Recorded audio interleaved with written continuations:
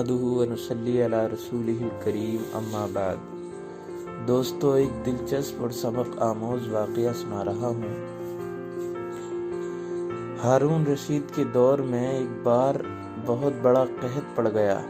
اس قحط کے اثرات سمرقند سے لے کر بغداد تک اور کوفہ سے لے کر مراکش تک ظاہر ہونے لگے۔ ہارون رشید نے اس قحط سے نمٹنے کے لیے تمام تدبیریں آزما لی۔ اس نے غلے کے گودام کھول دیے، ٹیکس معاف کر دیے، پوری سلطنت میں سرکاری لنگر خانے قائم کر دیے اور تمام امراء اور تاجروں کو متاثرین کی مدد کے لیے موبلائز کر دیا، لیکن اس کے باوجود عوام کے حالات ٹھیک نہ ہوئے۔ ایک رات ہارون رشید ٹینشن میں تھا، اسے نیند نہیں آ رہی تھی۔ ٹینشن کے اس عالم میں اس نے اپنے وزیر اعظم یحییٰ بن خالد کو طلب کیا۔ یحییٰ بن خالد ہارون رشید کا استاد بھی تھا، اس نے بچپن سے بادشاہ کی تربیت کی تھی۔ ہارون رشید نے یحییٰ بن خالد سے کہا، استاد محترم، آپ مجھے کوئی ایسی کہانی، کوئی ایسی داستان سنائیں جسے سن کر مجھے قرار آ جائے۔ یحییٰ بن خالد مسکرایا اور عرض کیا، بادشاہ سلامت، میں نے اللہ کے کسی نبی کی حیات طیبہ میں ایک داستان پڑھی تھی۔ داستان مقدر، قسمت اور اللہ کی رضا کی سب سے بڑی اور شاندار تشریح ہے۔ اگر آپ اجازت دیں تو میں وہ داستان آپ کے سامنے دہرا دوں۔ بادشاہ نے بے چینی سے فرمایا، یا استاد، فوراً فرمائیے، میری جان حلق میں اٹک رہی ہے۔ یحییٰ بن خالد نے عرض کیا، کسی جنگل میں ایک بندریا سفر کے لیے روانہ ہونے لگی۔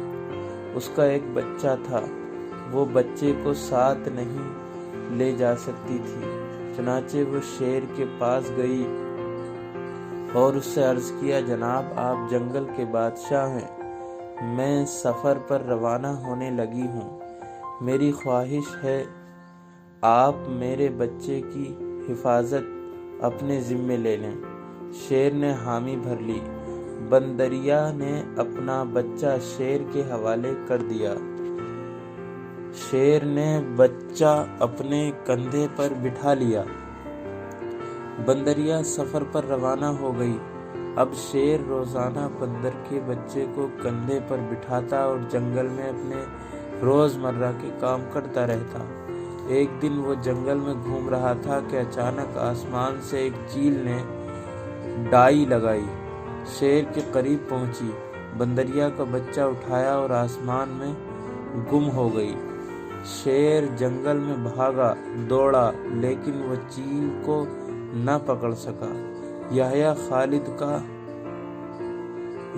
بن خالد رکا، اس نے سانس لی اور خلیفہ ہارون رشید سے عرض کیا، بادشاہ سلامت۔ چند دن بعد بندریا واپس آئی اور شیر سے اپنے بچے کا مطالبہ کر دیا۔ شیر نے شرمندگی سے جواب دیا، تمہارا بچہ تو چیل لے گئی ہے۔ بندریا کو غصہ آ گیا اور اس نے چلا کر کہا، تم کیسے بادشاہ ہو؟ تم ایک امانت کی حفاظت نہیں کر سکے، تم اس سارے جنگل کا نظام کیسے چلاؤ گے؟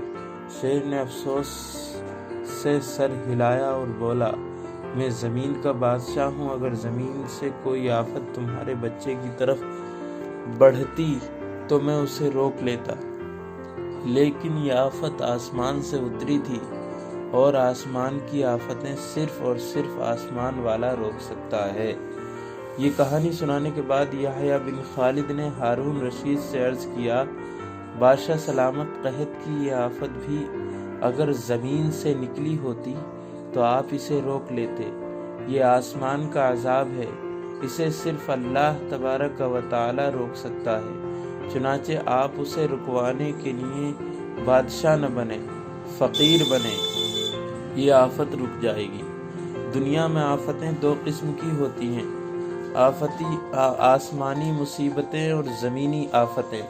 آسمانی آفت سے بچنے کے لیے اللہ تبارک و تعالیٰ کا راضی ہونا ضروری ہوتا ہے، جبکہ زمینی آفت سے بچاؤ کے لیے آسمانوں کا متحد ہونا، وسائل کا بھرپور استعمال اور حکمرانوں کا اخلاص درکار ہوتا ہے۔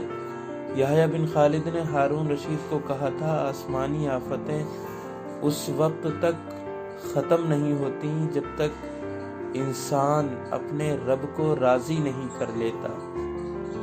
آپ اس آفت کا مقابلہ بادشاہ بن کر نہیں کر سکیں گے، چنانچہ آپ فقیر بن جائیے، اللہ کے حضور گر جائیے، اس سے توبہ کیجیے، اس سے مدد مانگیے۔ دنیا کے تمام مسائل اور ان کے حل کے درمیان صرف اتنا فاصلہ ہوتا ہے جتنا ماتھے اور جائے نماز میں ہوتا ہے۔ سبحان اللہ۔ لیکن افسوس، ہم اپنے مسائل کے حل کے لیے 7 سمندر پار تو جا سکتے ہیں، لیکن ماتھے اور جائے نماز کے درمیان موجود چند انچ کا فاصلہ طے نہیں کر سکتے۔